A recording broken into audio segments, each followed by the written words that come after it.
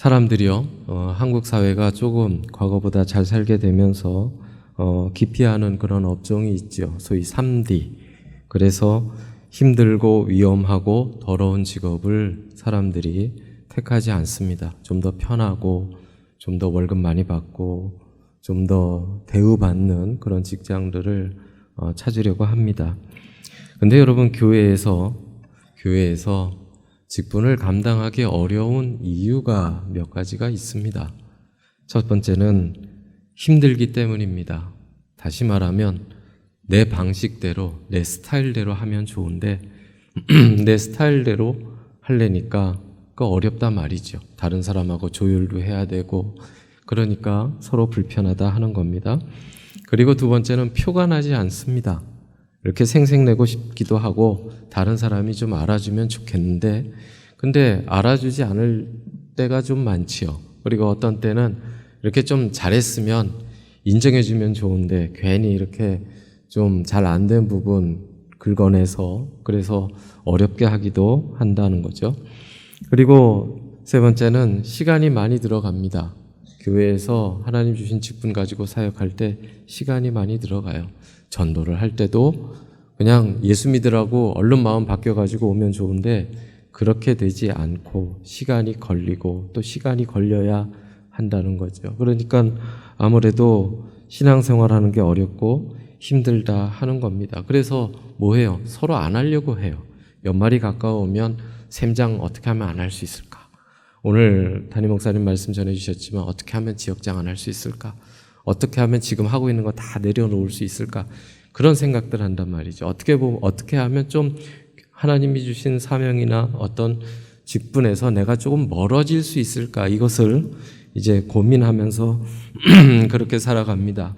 근데 여러분, 사실 제가 여러분들에게 질문하고 싶은 게 있습니다. 뭐냐 하면, 여러분 예수 믿는 게 행복합니까? 이거 여러분 잘 생각하고 대답하셔야 돼요. 여러분 정말 내가 예수 믿는 게 행복합니까? 예수 믿는 게 즐겁습니까? 예수 믿는데 시련이 닥쳐오고 어려움이 닥쳐오고 사업 망하고 돈이 없어지고 다른 사람한테 꾸어야 되는 처지까지 갈 때 여러분 그때 행복합니까? 왜 대답이 없으세요?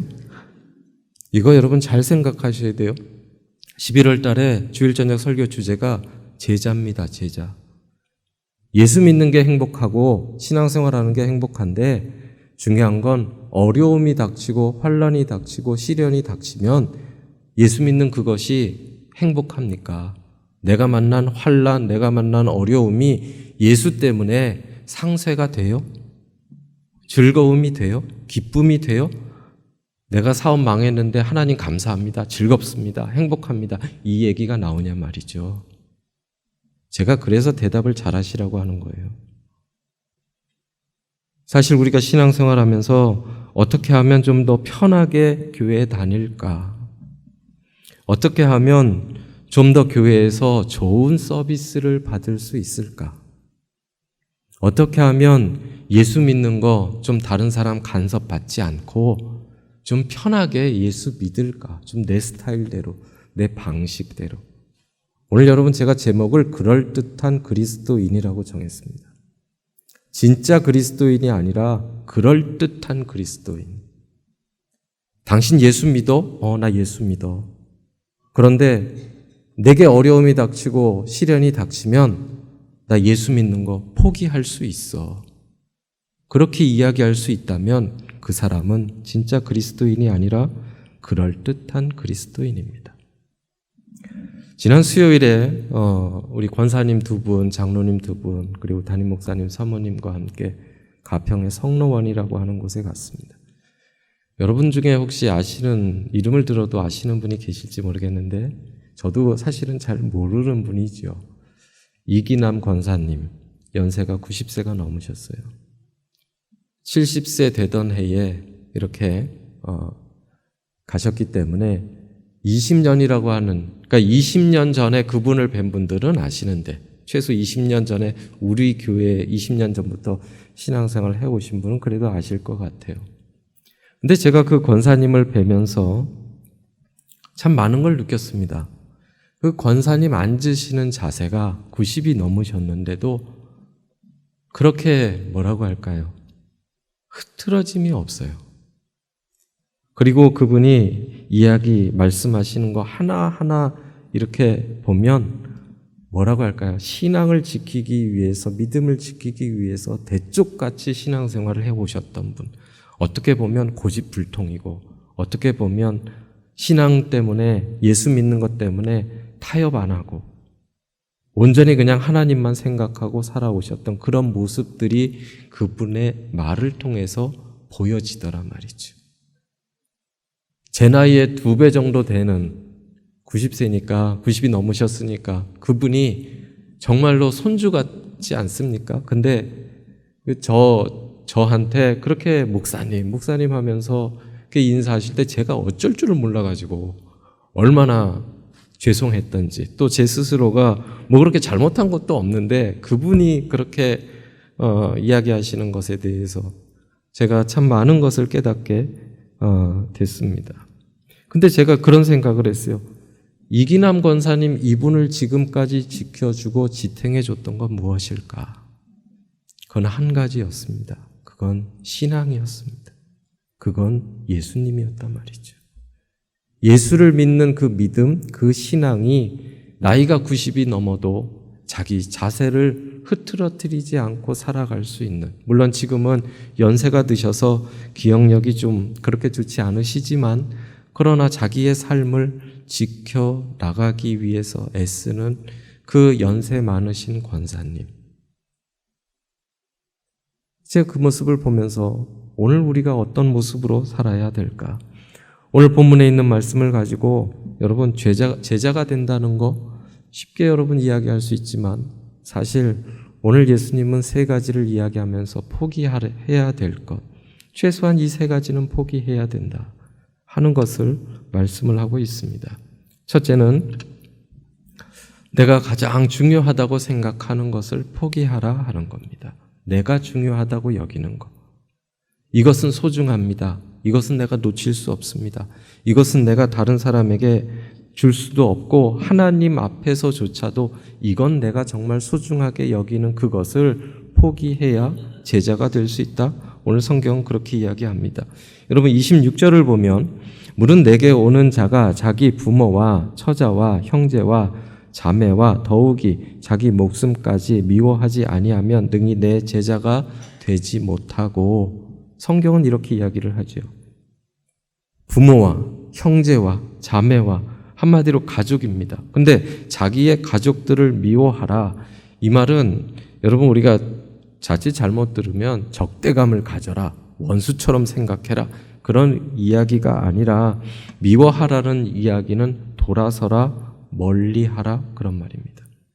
예수님을 놓고서, 가족을 놓고서 이야기를 할 때 내가 정말 가족이 소중하고 자녀가 소중하고 하지만 주의 일과 2가지가 상충될 때, 그럴 때 뭘요?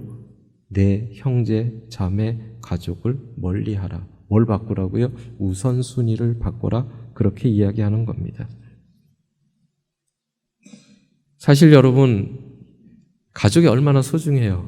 오늘도 조금 전에 수능 기도회 하면서 여러분 오늘 기도회처럼 절박한 기도가 없죠. 그렇죠? 당장 며칠 있으면 시험 치러야 되는데 자녀를 위해서 이처럼 절박하게 기도하는 때가 드물어요. 그런데 하나님이 말이에요. 때로는 네 자녀보다 나를 선택하라. 그렇게 이야기할 때 여러분 어떻게 하시겠어요? 내가 정말 귀하게 여기는 직업, 직장, 너 이거 포기하고 어느 날 산골 오지에 가라. 아니면 저기 아프리카 오지에 가서 나를 위해서, 나중에 영상을 보시겠지만 나를 위해서 너의 목숨을 버려라. 그렇게 이야기한다면 그러면 여러분 포기할 수 있어요? 내가 소중하게 여기는, 하나님 내가 어떻게 공부를 했는데요? 하나님 내가 이 직장 얻으려고 내가 얼마나 애썼는데요? 내가 이력서를 30통, 40통, 50통 넘게 써가면서 기업을, 회사를 내가 전전긍긍하면서 그렇게 그 회사에 내가 취업을 했는데 하나님 이거 포기하라고요? 근데 하나님 그걸 가지고 포기하라고 하실 때 있단 말이에요. 제자가 된다고 하는 건 나에게 있어서 가장 중요한 거 포기할 수 있을 때, 그때 여러분 제자가 되는 겁니다. 입으로 주여 주여 하는 자마다 다 천국에 들어가지 못한다고 예수님 얘기하셨어요. 내 이름으로 귀신을 내어 쫓는다? 그래도 뭐 한다고요? 예수님 모른다고 한대요. 마태복음 7장 22절부터 24절에 보면. 그럼 여러분 얼마나 답답합니까? 내가 열심히 살아왔는데, 그런데 뭐가 문제예요? 주의 이름, 주님께 영광 돌리는 것보다 뭐예요? 내가 먼저였단 말이에요. 오늘 여러분 우리가 신앙생활하면서 내게 있어서 소중하고 가장 귀한 것, 그것을 포기할 수 있을 때 주님의 제자가 된다는 겁니다. 두 번째로 형식적인 신앙생활. 여러분 왜 눈 가리고 아웅하는 거 있죠? 그렇죠? 형식적인 거예요. 그럴듯하게 행동은 하고 말은 하고 신앙생활 하는 거 보여지는데, 그런데 중요한 건 그 안에 진실이 없는 거예요. 실제가 없는 거예요. 여러분 27절을 가만히 보면 이렇게 되어 있습니다. 누구든지 자기 십자가를 지고 나를 따르지 않는 자도 능히 내 제자가 되지 못하리라. 자기 십자가를 지고 가야 한다.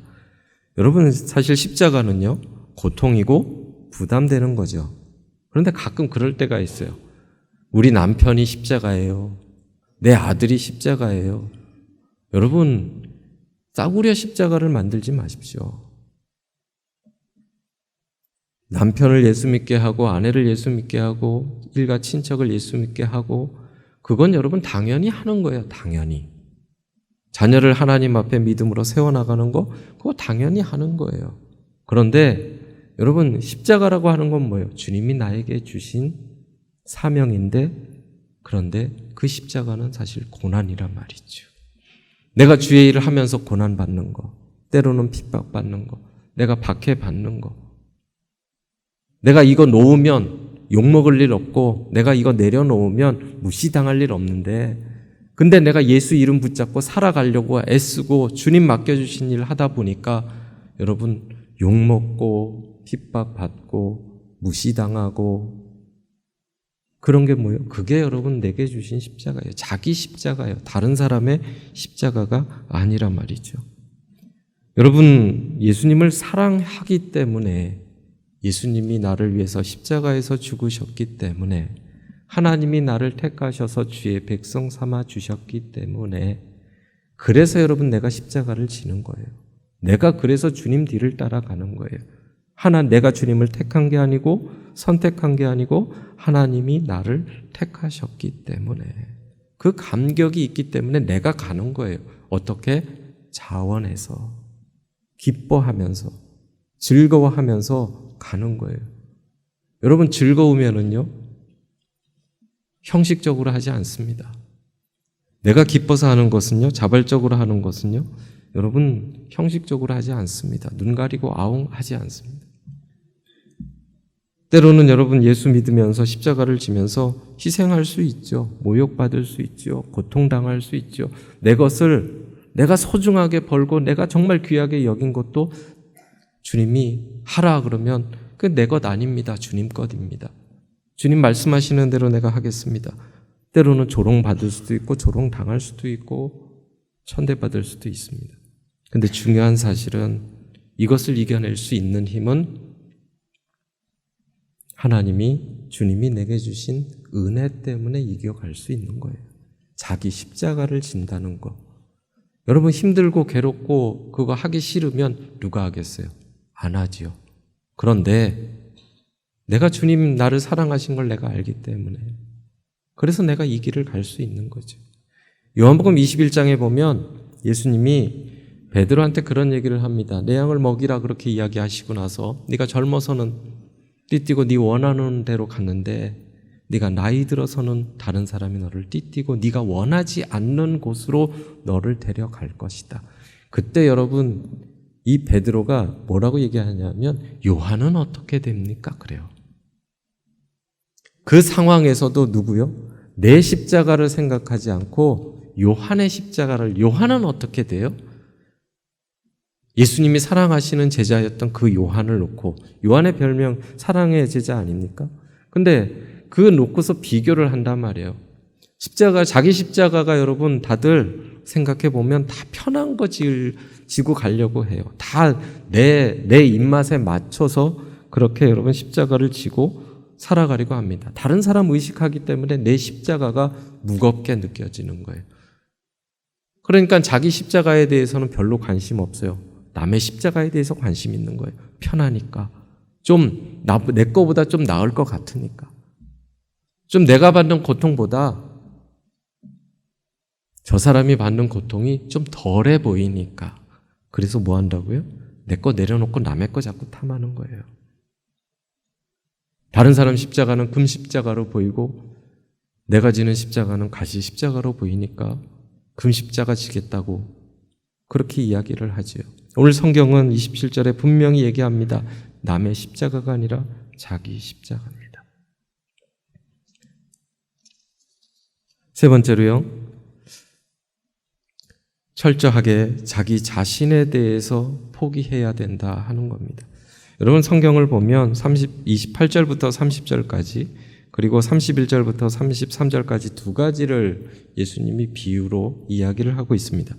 28절부터 30절까지의 내용은 이런 얘기입니다. 망대를 짓는 사람의 비유인데, 이제 탑을 세우기 전에, 망대를 세우기 전에 비용을 먼저 계산한다 하는 겁니다. 근데 이 예산 문제, 계산을 하지 않고 그 검토를 하지 않고 망대를 지으면 짓다가 뭐가 돼요? 건축이 스톱이 돼버린다는 거예요. 그러니까 뭐예요? 미리 망대를 짓기 전에 그것을 지을 비용을 계산한다.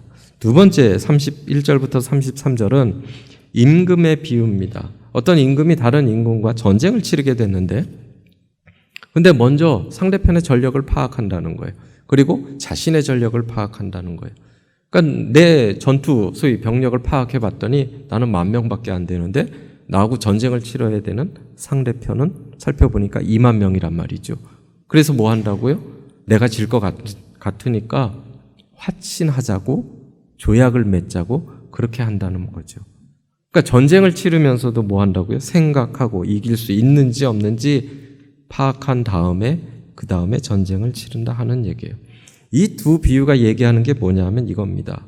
모두 사전에 검토하고 일을 시작하기 전에, 다시 말하면 손익 계산을 한다는 거예요. 일을 시작하기 전에 손익 계산을 하고, 그리고 그 일이든 전쟁이든 임한다는 거죠. 오늘 여러분, 예수님이 왜 이 비유를 이야기하셨을까? 예수님의 제자가 되기 위해서, 잘 들으십시오, 아무런 준비 없이 제자가 되려고 하는 사람이 있습니다. 그냥 예수 믿으니까 다 제자처럼 보이지만 사실은요, 제자가 되려면 내가 준비해야 됩니다. 마음의 준비도 해야 되고, 그리고 희생할 수 있는 준비해야 됩니다. 내가 주의 일에 헌신할 수 있는지 각오해야 됩니다. 우리가 생각하면 할수록 뭐가 없는지 아세요? 다 제자라고 얘기는 하는데 준비를 안 해요. 그냥 예수 믿으면 다 제자가 되는지 아세요? 내가 각오해야죠. 여러분 청년들 데려다가 그냥 군복 입혀서 나가서 전쟁터에서 싸우라 그러면 여러분 할 줄 압니까? 전쟁터에서 전쟁 못해요. 다 죽지. 뭐가 필요해요? 훈련이 필요한 거예요. 총을 쏘는 법도 알아야 되고, 그리고 전투에 임하는 방법도 알아야 되고, 엄폐물이 뭔지 그런 것들에 대해서 알아야 여러분 전쟁을 치를 수 있다는 거예요. 내가 예수 잘 믿는데, 내가 신앙생활 오래 했는데 그거 중요한 거죠. 그런데 중요한 사실은 내가 주를 위해서 헌신할 각오가 없으면, 내가 주님의 말씀을 따라서 순종할 수 있는 그런 헌신의 마음이 없으면, 그러면요, 제자가 되기 힘들다는 거예요.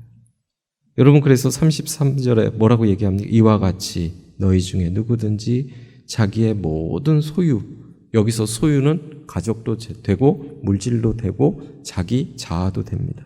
이것을 버리지 아니하면, 포기하지 아니하면 내 제자가 되지 못한다. 이제 여러분 영상을 하나 보실 텐데 실제로 있었던 그런 일입니다. 영상 보여주시죠.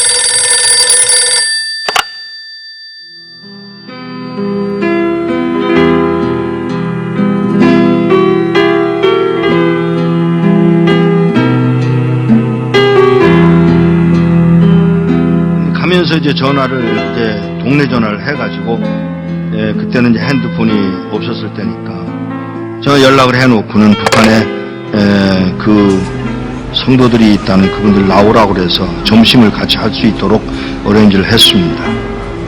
도착을 했습니다. 그리고 4명의 어른들이 나왔습니다. 제일 나이 많은 분이 79, 그냥 4명의 늙은이들이 나온 거예요. 제가 처음 질문이 뭐였느냐면 왜 나오시려고 그러세요? 요 말 한마디를 하는데 뜻밖의 그 노인이 나 찬송 한번 마음도 없고 부르고 싶어서 그래요. 더 이야기할 게 없어서 알겠습니다. 제가 도와드리겠습니다. 언제 나오시겠어요? 그랬더니 빠를수록 줬어. 몇 명이나 되세요? 65명이에요. 어른들은 아니야. 애도 있어. 우리 손녀도 있어. 정보가 들어왔는데 우리 모두 잡혀서 수용소로 끌려간다나 봐. 알겠다고. 제가 도와드리죠. 제가 도와드리겠습니다. 그랬더니 이분이 잠깐만. 네? 잠깐만. 내가 나가서 하나님께 직접 물어보고 결정하면 안 돼? 그러세요. 기도를 막을 수는 없으니까 그러세요. 조벅조벅 걸어 나가신 분이 한 10분 만에 돌아오시는데 땅을 질질 끌고 들어오시더라고요.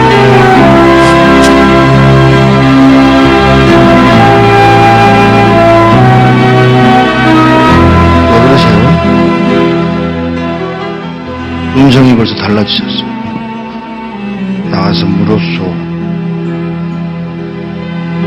하나님, 저 미국에서 온 이목사라는 사람이 우리 도와주겠다고 왔는데 따라갈까요?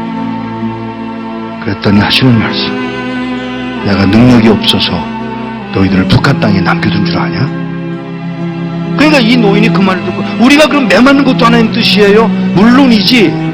아니 하나님 우리 굶는 것도 하나님 뜻이에요? 물론이지. 우리 잡혀서 수용소로 끌려간다고 해서 그러는 거 아니에요 하나님? 몰라서 묻냐? 이 말 한마디야.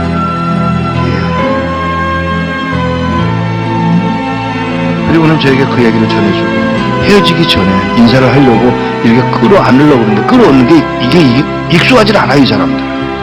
그래서 제가 무릎을 꿇고 이렇게 내려다보는데 그가 신고 온 신발에 구멍이 뚫려서 발가락이 이렇게 나와 있더라고요.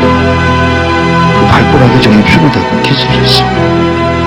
그 우는 동안에 제 목이 뭐가 떨어지더라고요. 그 할아버지가 울고 계신 거예요. 일어나서 인사를 다시 하고 떠나면서 안녕히 계세요. 그랬더니 무슨 인사가 그러냐. 죄송합니다. 왜요? 천국에서 만나자 그래라. 예, 천국에서 뵙겠습니다. 그 말 한마디를 하고 떠나서 나오는데 몇 걸음 떠나갔는데 뒤에서 그의 음성이 들려옵니다. 누가 우리를 그리스도의 사랑에서 끊으리요.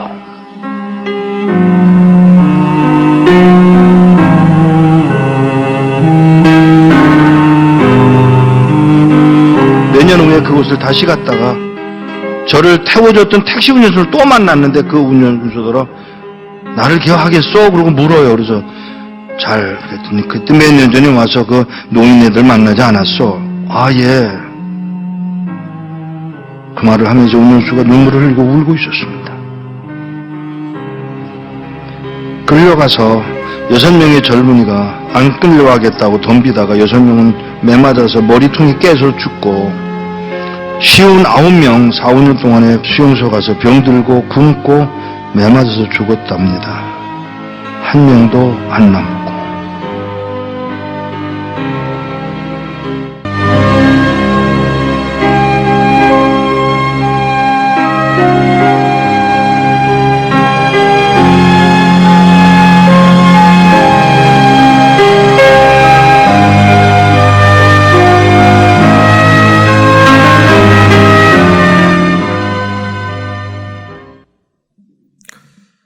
만약에 여러분 같으면 어떻게 하셨겠습니까?